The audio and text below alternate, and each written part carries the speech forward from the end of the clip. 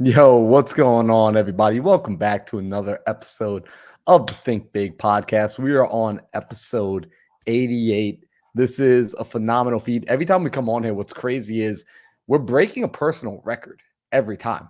I want to emphasize that because I'm a huge fan of consistency. I'm a huge fan of showing up, doing the thing on the good days, on the bad days.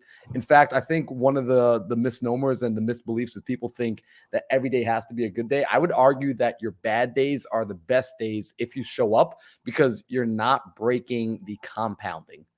It was Charlie Munger who said, if you understand compounding, the first rule of compounding is never break compounding unnecessarily. And so we have been compounding these episodes. We've been building up, and I'm excited. So shout out to the people who have been showing up consistently. Love that Josh and Laura are already in the chat. They've already shown up. We got Jade in the chat. And I'm excited for tonight's episode because we're going in. We're going to be talking about a pretty important topic. We're all real estate investors, and this might be odd for people to hear, but we're going to be talking about why you should not, right? Keyword not, be buying rentals. And really some of the things that your favorite gurus will never say to you because they don't make money off of you believing otherwise. So I'm excited about this episode. But before we get into it, Alejandro and Sam, how you guys feeling? Feeling phenomenal, brother. Nice to hang out with you guys. I missed you guys. I freaking missed you guys. I was so bummed that I couldn't be here last week. It was my kid brother's birthday. But absolutely, Alejandro decided to show up as normally he shows up as like Bruce Wayne or Batman, got some dark and mysterious vibes. Today he's like Batman but on vacation. Batman but tropical, right? This is Batman went to Fiji. Exactly. Batman needed a day off. Hey, bro, it's 101 degrees in Texas, bro. It was meant to be today. I feel you. But no, man, I'm excited to be back, and I love episodes where we, mainly me, get to piss people off. I love it because I think that what we're going to talk about today is the stuff that people need to hear, not what they want to hear. And I think for a lot of people, it's going to reaffirm something that may have been speculating in the back of their brain. I think that we're also going to tick off a lot of people who are influencers, who are trying to be influencers, and who use buying rentals as like their credibility package for why you should listen to them. And the reality is we know so many, I'm going to say this, guys, Marlon, Alejandro, you and I, we all know so many people who are kind of like us. They're coming up and they have rental properties and they're risky. And we know behind the scenes of what's actually happening. And we know they should probably not be buying properties. And the dangerous thing is they're setting precedences for the people that listen to them, to their audience base. And then what ends up happening is there's this irresponsible kind of thing happening in the world. And we see this because we're leaders in the communities that we're in. We see the fallout. We see the fallout of when the wrong people buy deals, right? Or could be the right people. I think everyone should buy deals at some point. Or when the right people buy deals at the wrong time. So I'm going to hit on this, guys. First things first. Okay, and I actually greatly admire guys like Ryan Pineda for being very upfront about this. Let's start with this. Alejandro. Yes, sir. Should everyone at some point get into the point where they are buying rental properties and build a portfolio? At some point, yeah. At some point. Okay, amazing. Should newbies, and I'm going to say this right now, should newbies be buying rental properties right off the bat? No, absolutely not. Marlon. Bro, you know what's funny? I just texted a buddy of mine literally last night. And like I would, if it weren't going to expose him, I would show you the text thread. But I literally said to him, I said, "Are you about to buy a property?" He goes, "No." I'm like, "Are you lying to me? Because I heard a rumor that you're about to buy a deal and you have no business buying a property right now. Zero business buying a property because I know where you're at in life. I know where you're at in your business. You have zero business buying a property right now." So no, newbies should not buy a property. And even if you're a new, you shouldn't buy a property before the proper things have been put in place. Yeah, so let's do this. Okay, we're going to hit on, guys, there is a time. We're going to talk about when you should start buying properties, the types of properties you should buy, the types of deals, because rental properties are different, right? Like a single family home, that's a traditional buy and hold versus a investor loan versus a sub 2 versus a seller finance versus a hybrid. They're all different and they all have different ramifications and consequences. And there's a different level of investor, there's a different level of season that you need to be in for you to get them. I'll say this, guys. You are new, okay? And you do not make money with active income. And I mean a good amount of it. I'm not talking about like 50 grand a year. You're doing 50 grand a year. Trust me, that is not enough to be buying rental properties, especially if it's at a W-2, especially if you're living off the other expenses with your household and things like that. Alejandro, what active income number should people be making before they start getting into the world of thinking about buying rentals? I would say at least 3 times the amount it costs to run the rental, at least. Okay, I like that. I like that. So you're saying on the basis of buying a rental property, whatever it costs to run it, you should be making at least 3 times all the hard expenses, maybe the PML fees, all that kind of good stuff. Okay, I like that answer. That's a very contextual answer. I wasn't expecting that. Marlon, what about you? Do you have like a general barometer of like, hey, unless you're making this amount of money a year, you shouldn't even be thinking about taking on rental properties? Yeah, I go from a standpoint of having a long enough runway and having a big enough war chest. So I like to go from the standpoint of, do you have 6 months of all your costs and expenses saved up? And if you have that sort of runway, then you can officially buy yourself enough time to make everything work. But if you don't have that 6-month runway, then it's not the right time. You still need to be in your active income, creating and saving. Yep. So when you say a 6-month runway, I want to be very applied here. Is that 6 months for you and your household that you live in with your wife and your kids, or is that 6 months of that plus the rental that you're trying to buy? It would be 6 months of all your expenses that are associated with you and your life. So in this case, if you're looking at bringing in your first rental, it should be 6 months of being able to cover your own personal mortgage as well as the mortgage of the property if, God forbid, your tenants decide to not pay. Now, it's only going to be for the first property. It's not going to be for your entire portfolio because, quite frankly, no one or very few people are ever going to have that big of a war chest. But for getting started, you want to be able to put yourself in that position because it will allow you to weather the inevitable storm. So I'm a big believer. And also, people know my personality type. As an investor, I am way more conservative than most people are, but I'm looking at it from a long game.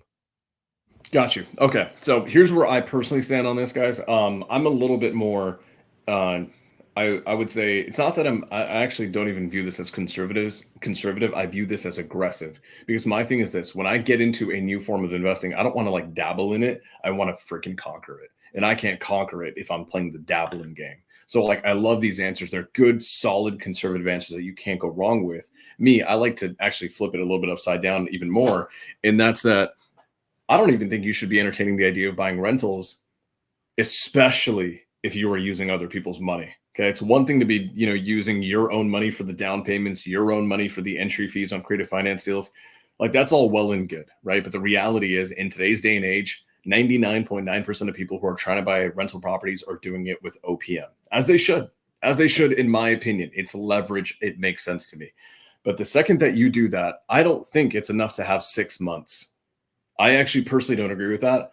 I think you should be making at least $250,000 a year in active income. The reason why is this: 6 months of mortgages, that's good, right? Let's just say that's 12 to 15 grand, right? But depending on the type of deal, okay? Now, if it's a traditional investor loan, the deal is safe and it's in your name and this, that, and the other, and you have it at a significant wedge underneath market value and you've got good space on your rent, that's fine. But the reality is the majority of people that we talk to, newbies, are not buying those deals. They're buying riskier deals, okay? And there's a truth that, yes, we buy rental properties. It matters. It's good. But buying rentals is all a game of risk tolerance. That's all it is. And I want to start highlighting, because this is stuff that people don't really talk to you about.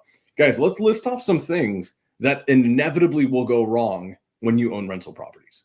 Marlon, can you give me a few, just like you own properties, what type of, crap happens at properties that like cause problems? 100%.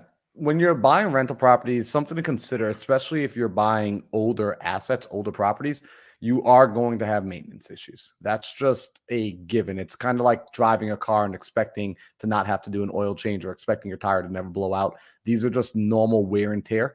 The older the home, the more wear and tear that's going to be on the property. So You're going to have issues like roof issues. You're going to have animals. You're going to have blown out windows. You're going to have doors breaking, locks breaking. These things are absolutely inevitable. If they weren't, you wouldn't have contractors who make an entire career off of fixing things, right? Like things have to break in order for somebody to make a career off of fixing it.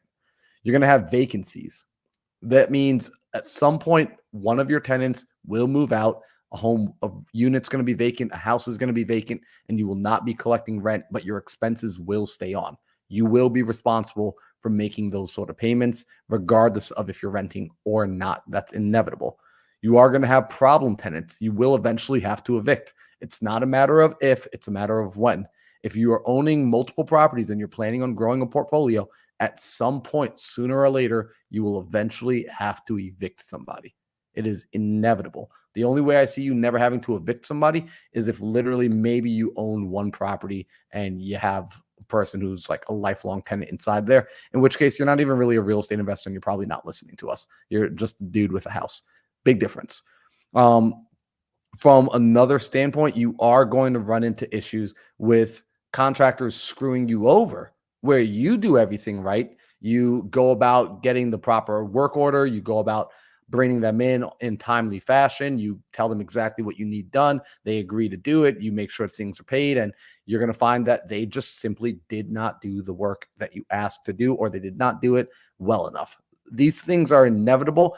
And everything I mentioned, you should have been hearing like the sound of a cash register opening and money flying out, because all of these things are going to cost you money. They're going to cost you money. So those are some of the things to be aware of. I love this. Okay, guys, and I want to paint this for you. Okay, this has happened to all of us. Marlon, when you and I go to Vegas, you and I stay at this house that I own. That house is now crushing it. Okay, that house is doing well now. That one house, Marlon, funny enough, like everything that you listed off, we've had to deal with. I had to evict a felon out of that. Okay, and that was like a tough thing to like navigate an eviction, never having done one before. I had to navigate evicting a felon who wasn't just like not paying, they were threatening to kill everybody. Okay, that's a big deal. Okay, we'd evict someone. We had a ton of rehab that needed to happen. To Marlon's point, I was an idiot. I got cheap and tried to go with like the guy that I thought I could afford and I thought would just do the work fine. Everything was done wrong. Everything was done wrong. Everything that we paid our initial GC to do, we had to go back and redo almost all of it. Okay. And then to Marlon's point, vacancy, not being able to fill the property. I put the property online with someone who is a friend. I love them. They run midterm rentals and short-term rentals. I said, hey, I need you to put this on. I need you to get this filled. Like, we're going to design it, furnish it. It's going to look beautiful. We're going to get great photos. I need you to just put, people in it so we make money. Okay. So we're handing off management to a trusted operator, which is something that we recommend everyone does, right? Because when you're a newbie and you're getting your first property, trust me, you don't know how to manage property. Call in a property management company that's good. I made the mistake of like just using someone who is a friend. I think they crush, but they may not have crushed in that market before. So it might've been a new market for them. I don't know. And because it was a friend, I had that person running this property for months. And for months, we didn't make money on it. I'm still paying mortgage, PML, right? Our private money fees, our holding costs, all the things, everything, the lawn care, the pool, so the pool doesn't turn green, all of it, right? We're still paying every single month, no matter what. A couple months go by and no money. And then we finally get the right team in to bring it on, right? They revamp everything. They make all the final touches that we need to do. We're about to go live literally within the first day of going live with this new team. You know what happened? Something that Marlon didn't mention. Property got broken into in the middle of the night. In the middle of the night, the property gets broken into. And so then we have a massive security issue. And now what do we have to do? We have to go and install security cameras. We have to go do all of these things to try to figure out, hey, hopefully this doesn't happen again. After all of that, the property is stabilized, performing, and doing well from an underwriting perspective.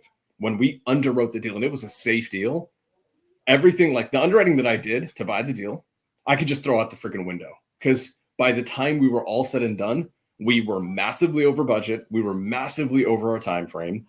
But the key, I'm telling you guys this right now, The only reason that I could sustain it is because we were making a ton of money in my other businesses. It was not a problem to go 2, 3, 4 months and not have a tenant in place, or to have things being broken into, or to weather the storm of an eviction with a felon who was threatening to murder everybody. We could weather the storm because we had the money to. I'm be honest right now, it was more than 6 months of like expenses. It was a lot more, right? Because we have to redo GC work. We have to redo furnishing. We have to do all of these things that come into play. And so, guys, I'm a general advocate of focus on building your active business first, your active income, whether that's a W-2 and you're a doctor, whether that's you're being a wholesaler or a fix and flipper, or you sell online courses. Like, I don't care, whatever it is, whatever you do for active income, I'm a huge advocate of overdoing it. Well, you know what's funny, Sam? Last week when we were here, I was talking about the bucket system again. And you remember how the bucket system, at the top of the bucket system, there's a single bucket, and that's your active income bucket. And if people paid attention to last week's episode, those last 10 minutes, you guys go back, watch last week's episode 87, and scroll to the last 50 minutes of that episode, you'll see that we talk about this bucket system, and we talk about your active income bucket at the top is what affords you the ability to even be able to purchase these assets, but also hold on to the asset. Everyone tells the fairy tale of once you buy the property, passive income, mailbox money, right? You hear that term all the time, mailbox money. You're going to get checks in the mail. You don't need to do anything else. But what they don't tell you is that mailbox money, it's going to waver.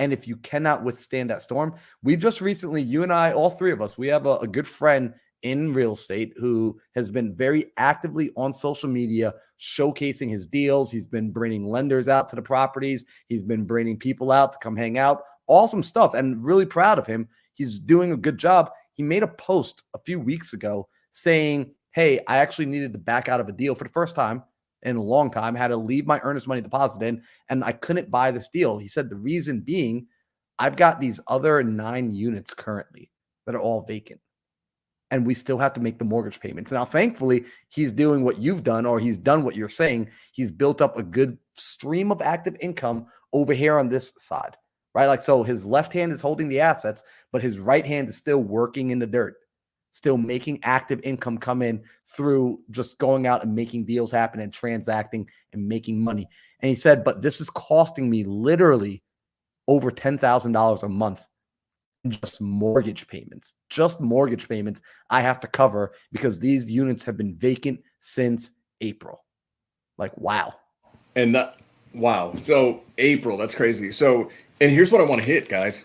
Right. And Marlon, I think, and yeah, Richard Knowles is absolutely right. Like, I always tell Marlon that, like, Marlon always looks amazing regardless, but I've been telling him for a long time. I'm like, dude, grow out your hair, do something with it. Cause like, once you do that, it's game over for every other man on earth. And I think he's deciding it's time for it to be over for every other man. Bro, it's time. It's time. We got the videos to make. We got things to do. There you go. And that's another thing. So I think I know who you're talking about. And I want to hit on something with that person specifically. They were buying a lot of their properties, to my understanding, in an area that was very seasonal. So here's something that we haven't talked about. Guys, if you buy, my number one market is Las Vegas. I love the Las Vegas market. I've got it so built out. Like, you go to Las Vegas, like, that's like my playground for buying properties. Now, we buy in a ton of other markets too. Why am I afraid of the Vegas market? You know, as just a general rule, why do I want to buy in other markets outside of it? Because during the summer, Las Vegas market, it's freaking 120 degrees, hot, right? And so it's hot. And so I don't do short-term rental. It's not a thing. Like, we'll utilize it every now and then, but like, it's something that I don't care about doing. I do midterm, and we just amplify midterm rentals to combat seasonality. All of these things play a part, right? And then Marlon, to your point, you know, if you've got 9, 10 properties that you're just hemorrhaging money on, here's the reality, guys. Like, that person is doing it right by making sure the bills are paid, by making sure the mortgages are paid, because there's sellers on the line if it's a subject to transaction, right? Who sold you the property and the mortgage is on their name. You owe it to them to not forsake them. You owe it to your private money lenders to not forsake them. And the key with this person is they have enough active income to weather the storm. And I think it's probably going to be a good learning lesson for this person to maybe slow it down and not just keep adding and adding and adding and buy 20 properties. Guys, I'm telling you right now, every time I see someone who is newer to not just the game, but newer to buying properties.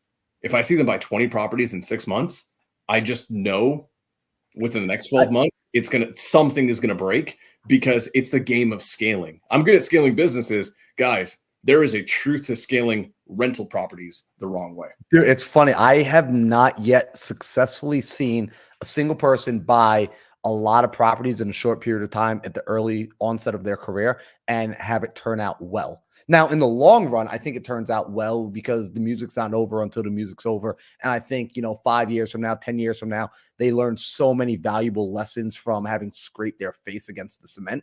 However, in this stage, I mean, I literally know an investor last year, and you and I were actually just talking about him the other day in another aspect. All good things. He's a good friend of both of ours, but he had bought way too many properties in such a short period of time using all OPM and then got totally messed over by his contractors and was left holding the bag responsible for all these properties and literally zero bit of active income coming in to be able to take care of the situation, and was just put into a really bad situation where, I mean, these are fire sale situations that now not only is he himself in a bad situation, his investors are in a bad situation. And it's all because doing things out of order. He might be doing the right things, but doing it out of sequence matters. Sequence matters. And doing dude, what Sam is saying matters. God. I'm so sorry. That's so good, dude. I love the way, guys, this is why I hang out with Marlon Johnson. Marlon just says things, things that but there's people that they'll say things that but the way they say it just lands. I'm so sorry. Continue. Bro, no, but also shout out to John and Richard. I love that John and Richard are about to go squat up over in California, over in OC, and they're about to go support our boy Ryan Scrope. Shout out to Ryan, freaking phenomenal dude. Got to hang out with Lord Hermosi for a day. That's kind of, I know, dude. He put in the work. He's been building up his community. He's one of those people that's very I love Ryan. I love the dude. I love his work ethic. I love his execution. I love his straightforwardness. Just gangster human being. A little, and I want to get back on this, but a little thing about, because Ryan and I we've developed an amazing, I think, friendship very recently here. One thing that I love about Ryan, he does, I would say, more than 99% of people that I've met, dude, he does what you advocate for, and he puts his hands in the freaking dirt. He has his hands in the dirt. He just does the damn work. Doesn't overthink it. So I love that about him. But Marlon, all these things, right? You've got mortgages, right? If you're in Phoenix, right? I want to buy in Phoenix. My thing about Phoenix is I will never do STR in Phoenix because I know half the year or a quarter of the year, you will not make money. And then any money that you do make in Q4 or Q1, where it's nice and okay, guess what? You're not profiting anything because that's just going to stabilize the losses during the middle of the year. So Marlon, you own property. I own property. This is something that I've noticed. Do you buy property? Do you get cash flow to actually make money and sustain your cost of living? Be honest here. No, are you asking, am I living off the cash flow from my properties? Yeah. Have you actually taken money from your rental to No. spend on shit? No, I think I took maybe $100 at one point to go get a haircut. But in all actuality, no, the rental properties I have, and I've got a portfolio now of about 24 doors with the rental income coming in from the properties. It's minimal. I mean, at the end of the day, it nets probably around $6,000 after all expenses coming in per month with all the doors all together, all combined, which, that's not nothing. I'm not going to say that it's nothing, but it's not enough to sustain lifestyle. I mean, if you think about that, what is that? $6,000 a month? That's $66,000 or $72,000 a year. So it's still a pretty low salary, all things considered, with inflation and the cost of living and where I live.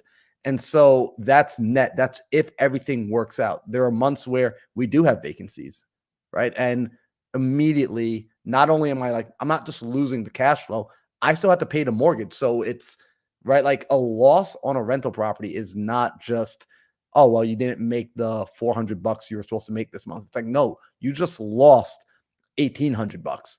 You just lost, 3.5 months, 4 months of rent in 1 month. Holy crap. It's a pretty interesting game. I will say there's benefits and we'll talk about some of the benefits later, but these are things that you have to consider to protect yourself and not be one of those people that when someone asks you later on, like when your kids or your nephew or your uncle or your neighbors say like, hey, should I get into real estate? You're not that person telling them, dude, real estate ruined me. We want to help you so real estate doesn't ruin you, but you've got to do it in sequence. Dude, I love this. I love this. And to your point, I want people to actually like realize this. People are like, oh my God, that long-term rental will make $500 a month. Huge. It's amazing, right? Guys, look at that. Annualize that. 500 a month of profit, right? Cash flow, 6,000 a year. One HVAC system blows. Done. Your entire year of profit is gone. This is one thing about me that I've realized this, boys. I am sick, and I'm personally sick and tired. I think real estate can give you an element of financial freedom. I think it can provide you financial. I don't even like the term financial freedom. I really don't. I like financial foundations. I like that. I think it gives you, it's an entry gateway drug into business, into doing things a little bit more effectively and learning how to build things properly. But I would say I am very much against people looking at rental cash flow as what's going to substitute like, you know, every expense they've ever had. You know, like for the people who are very old school and traditional and they only do long-term rental, love y'all. You know how many freaking rentals you'd have to own to live and sustain a family and travel and like having a nice quality of life and being like financially free and financially comfortable? Like that's the thing. It's financial comfortability.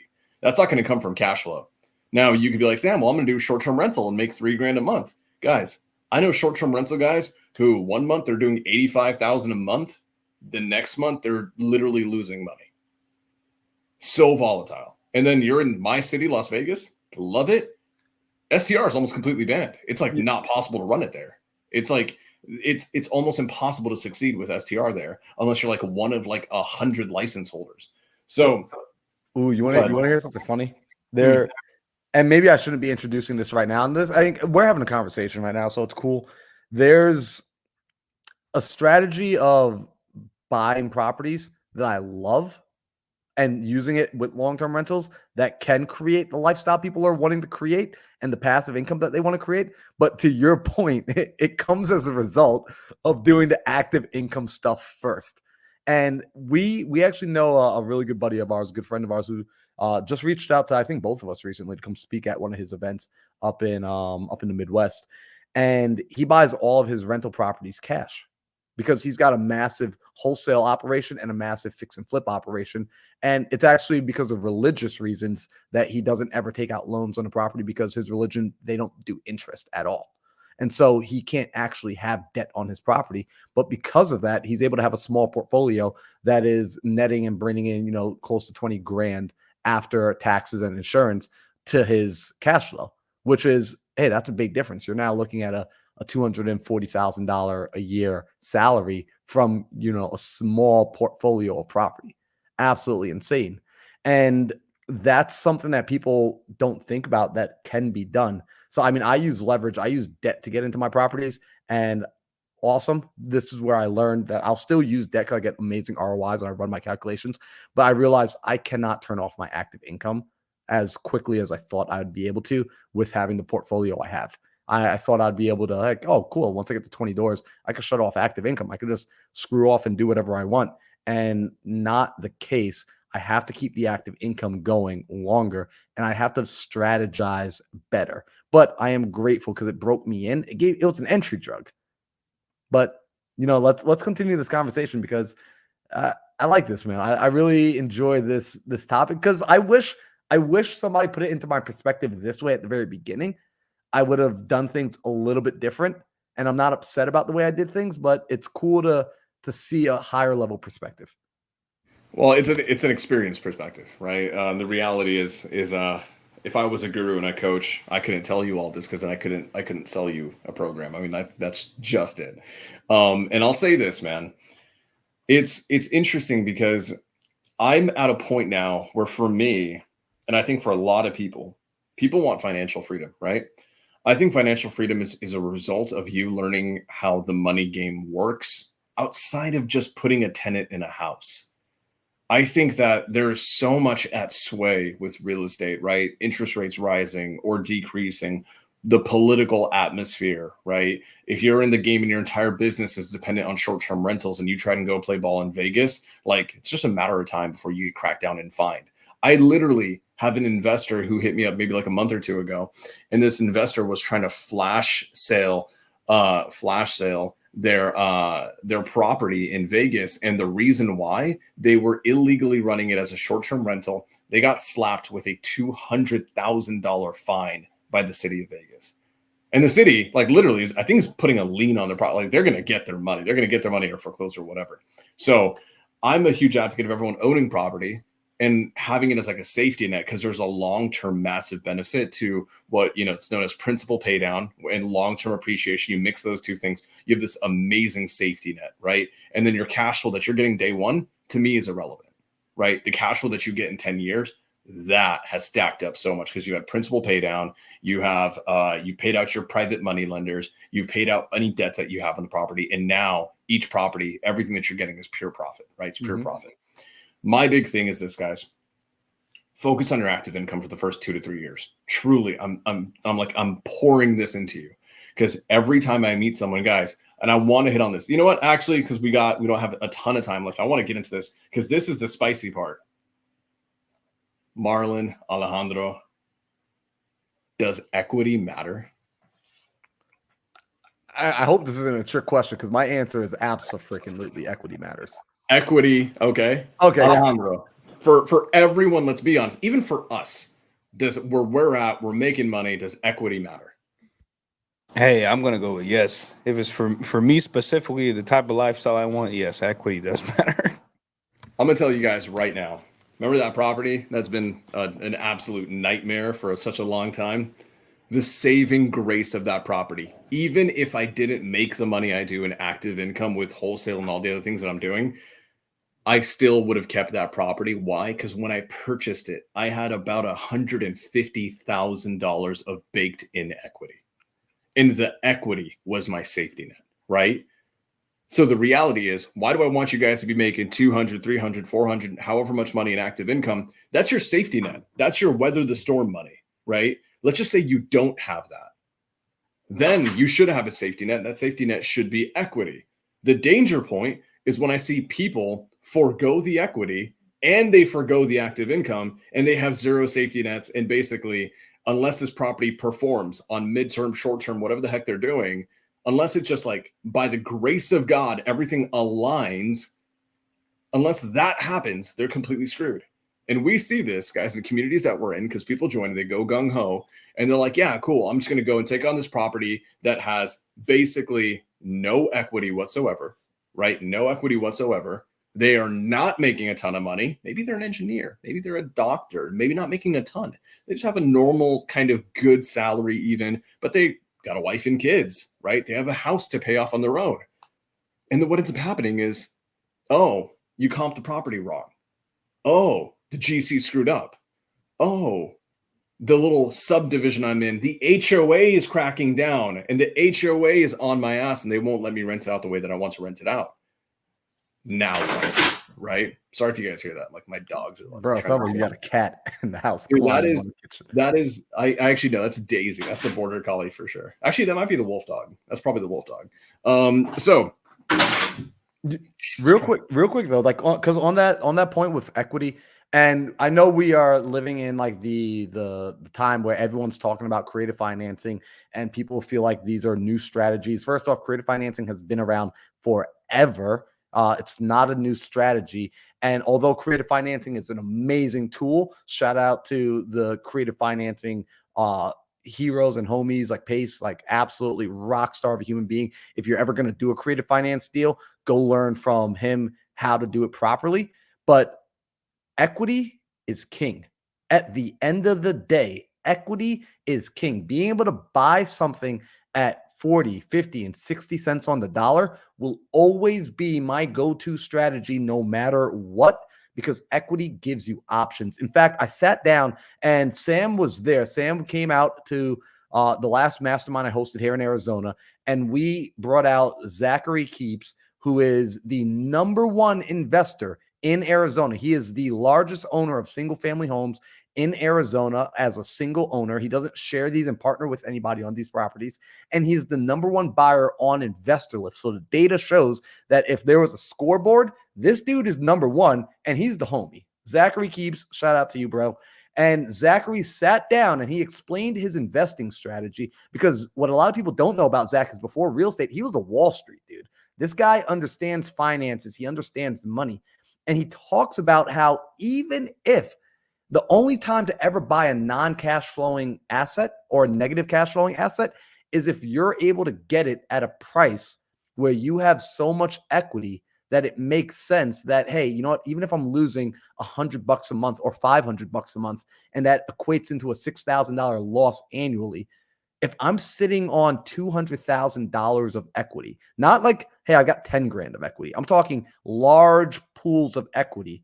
He's like, I will take a deal like that all day long. One, because the depreciation will allow me to do so much more, but also because if I ever needed to access my capital, I can simply list that property on the market, sell it at a discounted price. So it doesn't matter even if people aren't buying, everyone buys a deal. And if I'm coming in at 95% of market value, I'm the cheapest house in the market. People are buying my house because at the end of the day, people still have to buy homes. He's like, I will gladly pay $6,000 a year to have access to 200 grand whenever I need it.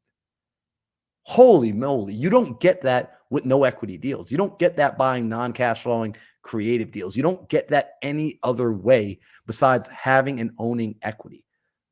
These are the things you have to think about when you're buying property. Like if you're going to play this game, you got to play it right. You've got to set yourself up with rules beforehand so that you don't get yourself into bad situations because you're playing the game emotionally, trying to keep up with the idea of what everyone else is doing, not even the reality of what they're doing. You're trying to keep up with the vision that they're portraying on social media. Just want to throw that out there. Dude, this is huge. It's something that no one talks about, right? And I want to hit on this, right? So it's like there's traditional loans, traditional investor loans where, you're putting down 20%, and people hate that because they want to get into money. You want to get into deals with nothing down, right? But that 20% gives you an equity stake. It's what it does, right?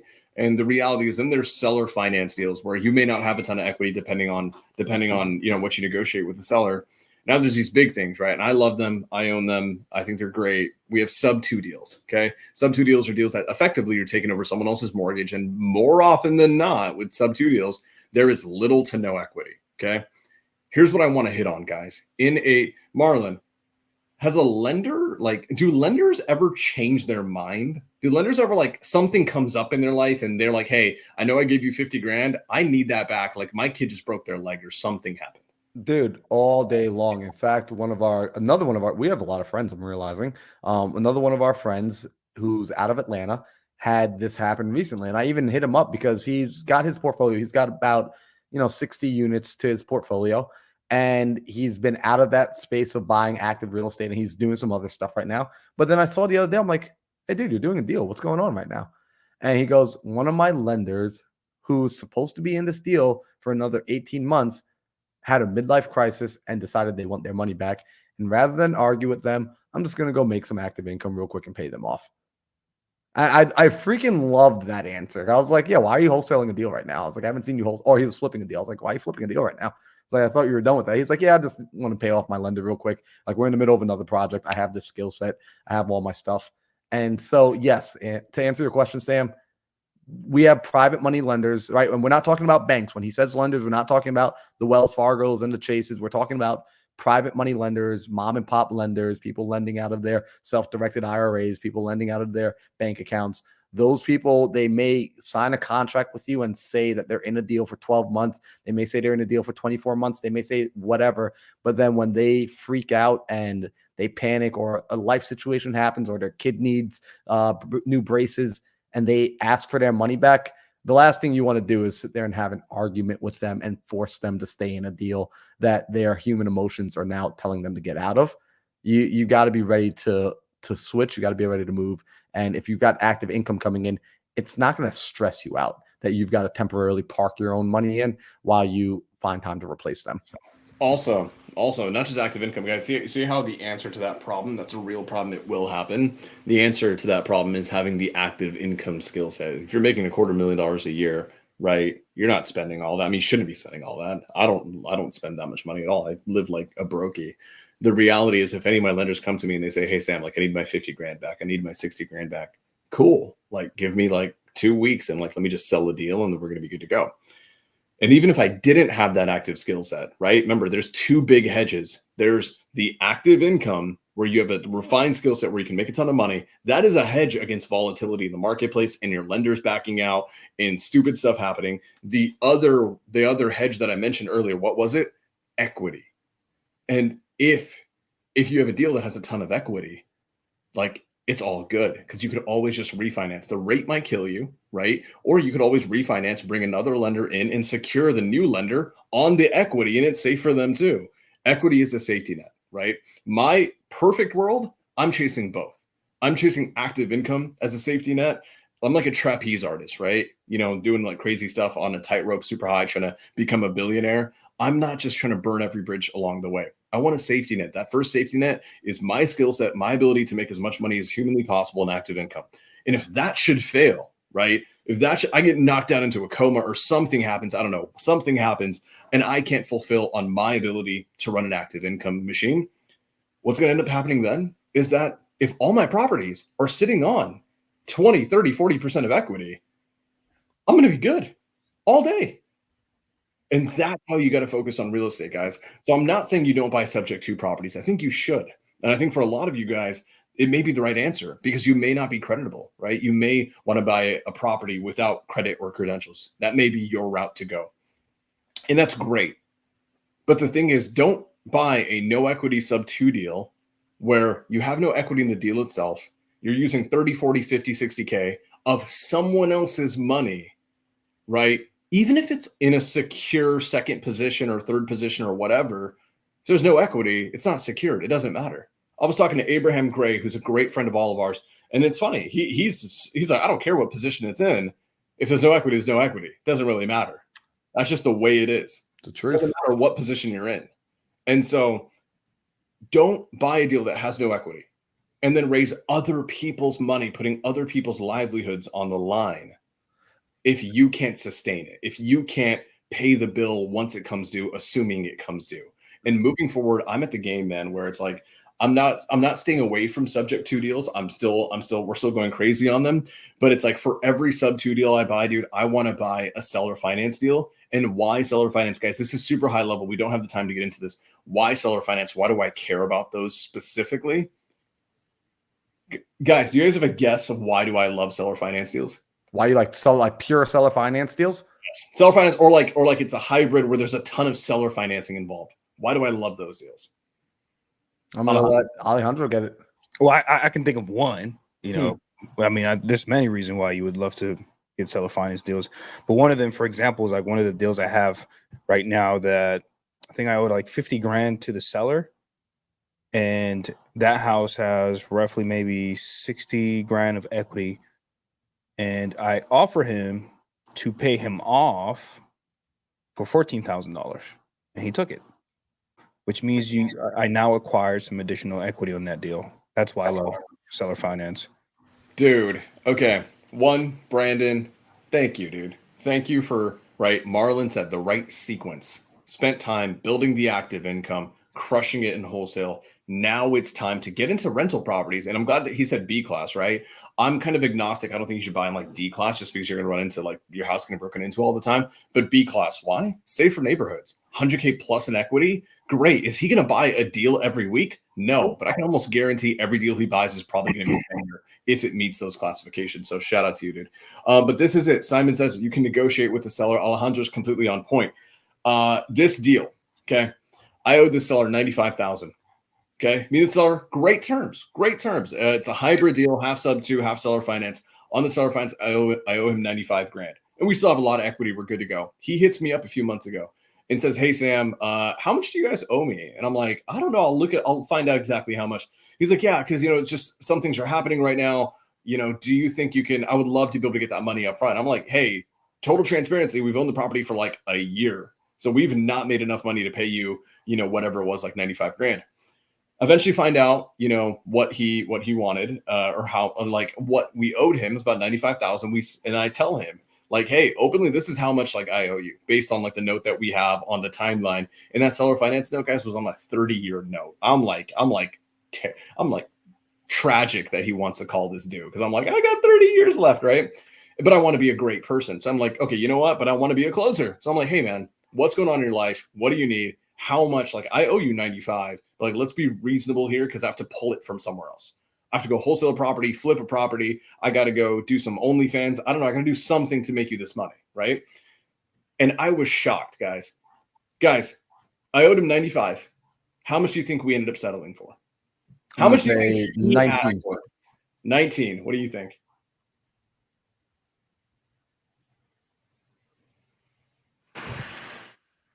What do you think was his number, Alejandro? That he hit me with, his first number.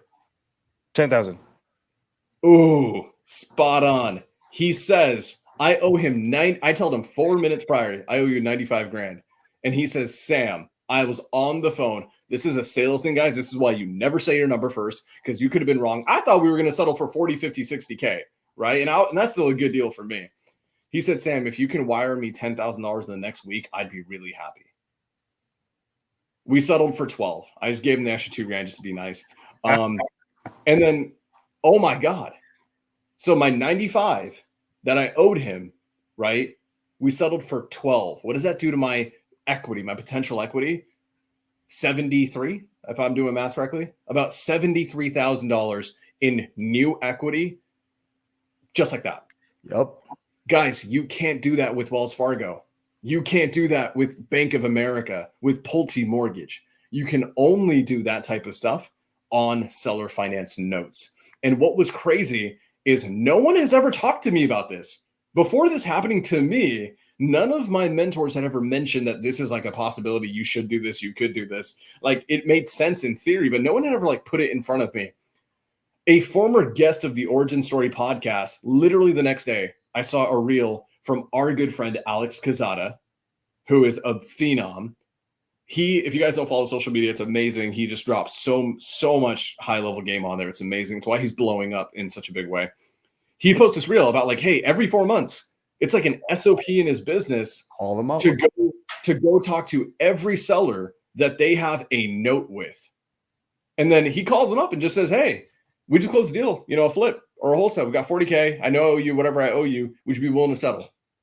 And then just by doing that every time, every 3 months, 4 months, 6 months, he just increases his equity just like that effectively for free. And then the cool thing is this, guys, you're wondering like, well, how do I pay them the 40 grand? And it's like, what if I don't have the 40 grand? You don't need it. You can just go get another lender at 40 grand. And then now you don't owe 95, you just owe someone else 40 and you're good. And you just increase your equity by whatever the difference was. And it's like something unlocked in my brain then. And Marlon, this is something I want to chat with you about this week. We just haven't had a chance to. I'm dead set, man. I had this talk with Sasha today, one of my partners in my dispositions business. Like, we'll still buy single family. Single family just doesn't move the needle. And here's the thing. In single family, are seller financing deals like the norm? No. No. There's the reality is when it comes to creative, there's more sub 2 opportunities than seller finance opportunities, right? By far. The funny thing though, guys, in creative financing, when it comes to multifamily, commercial real estate, like self-storage, owner financing is like the norm. It's normal. You either pay it off with like a new loan or you owner finance it. Like most of those owners who own a self-storage facility, they understand it. They're speaking their language. They would love to do owner financing and work out a note. And every 6 months, I could just go back to them and see if we can reduce it, right? Just reduce it. And so for that reason, I've also realized that, dude, for me, funny enough, Simon, you're mentioning Alex. Yeah, Alex has an amazing reel about it. I text Alex today and I'm like, bro, let's do a self-storage deal together. Like, I'll bring you whatever you need. Like, let's get it done. Because like, I just want to get into bigger ball games that are safer for me, safer for the investors, safer for everybody involved. And so love sub 2, no equity deals are fine. At the end of the day, when I get to a point, right?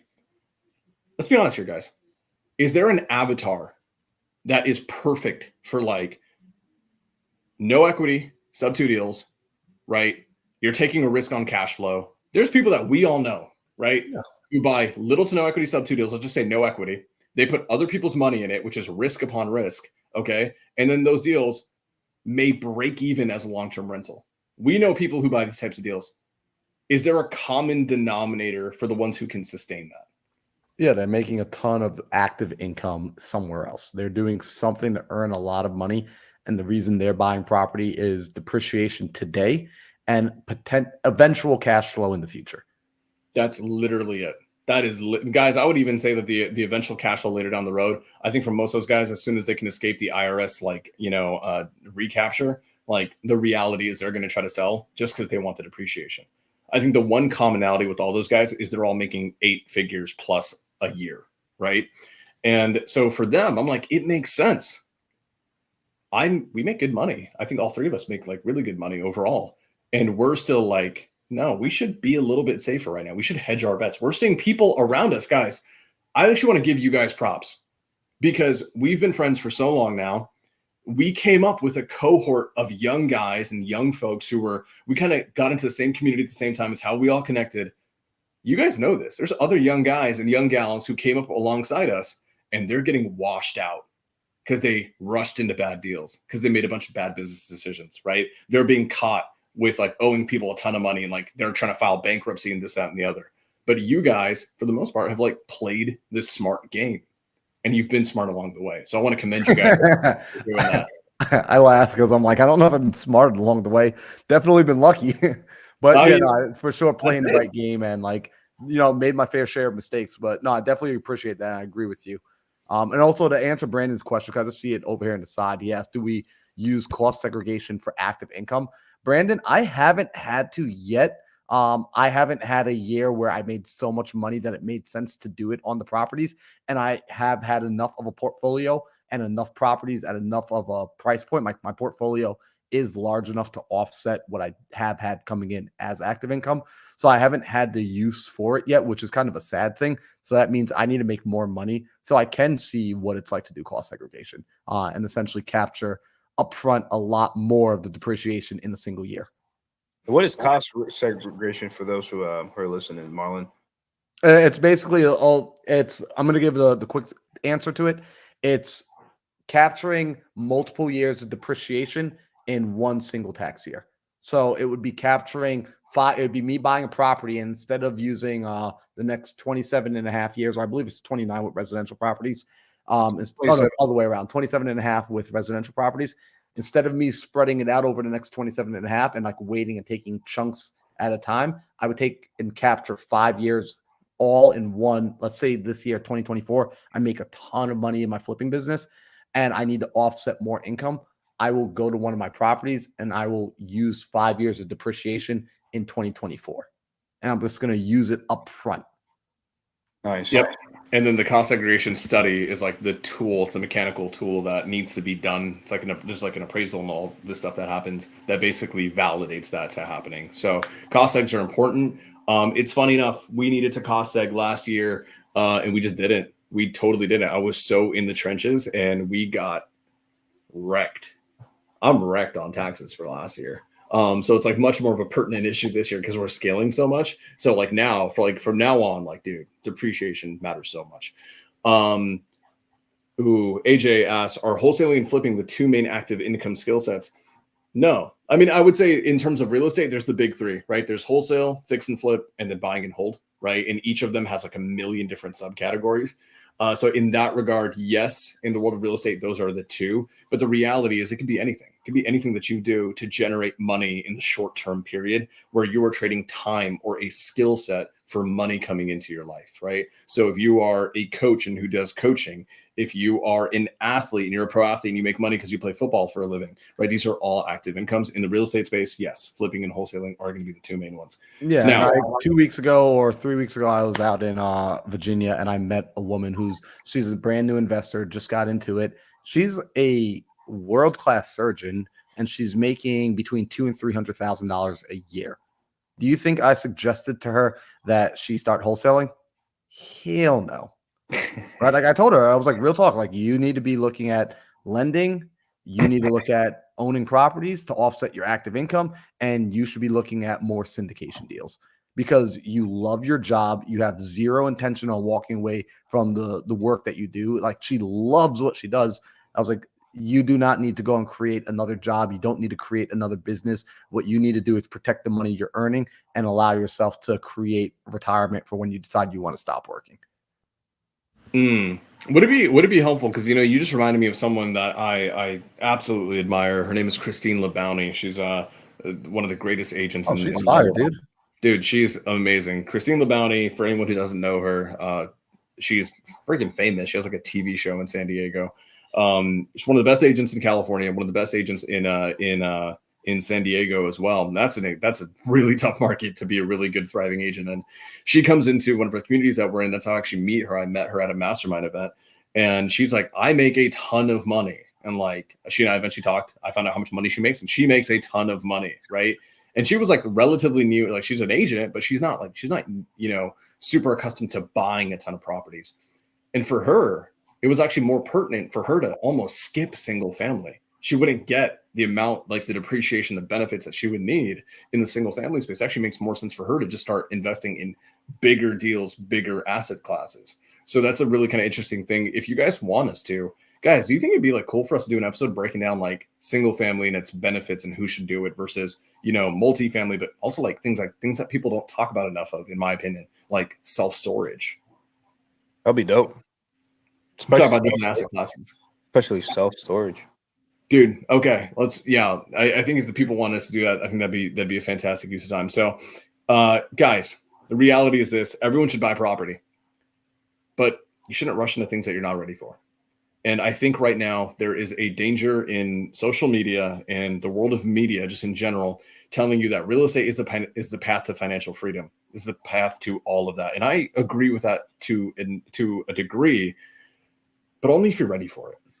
And I think social media is only going to tell you the highlights. It's only going to tell you when things go right. And very often the people that tell you that things are going right are also owing people a ton of money and not making payments on the back end, right?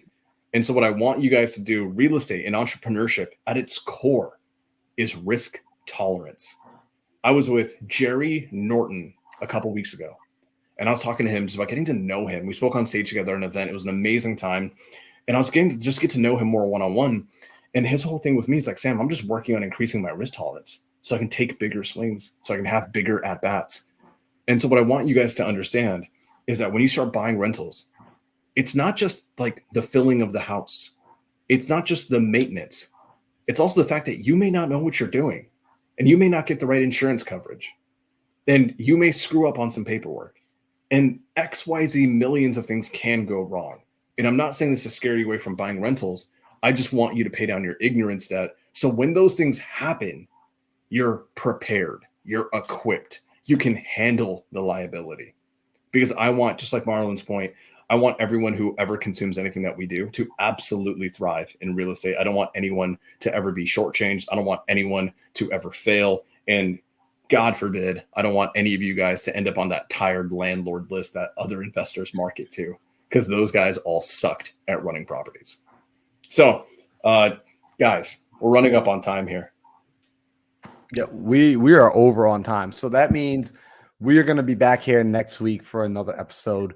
Guys, do me a favor. Let's start to wrap this up. And the way we're going to wrap this up is, first off, I want to thank everyone in the audience for showing up. Shout out to Brandon. Shout out to Ale. Shout out to Karen. Shout out to AJ and Simon and all the people who have been commenting. Shout out to the folks that were on Instagram. We were streaming to Instagram here tonight. Also, what up, Josh?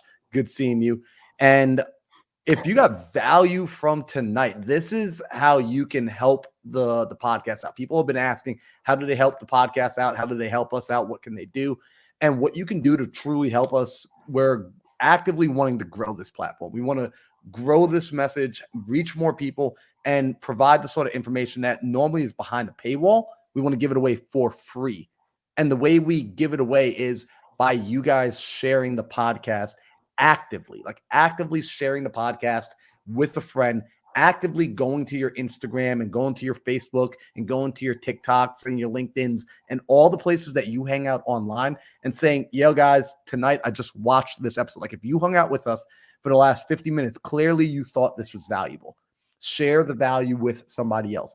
Do not hog the value to yourself. One of my favorite things about Alejandro, one of my favorite things about Sam is when they find something that's valuable, they pick up the phone and they text me, they call me, and they're like, check this out, watch this video, listen to this guy. They don't just try to hog the opportunity to themselves. They actively share the opportunity.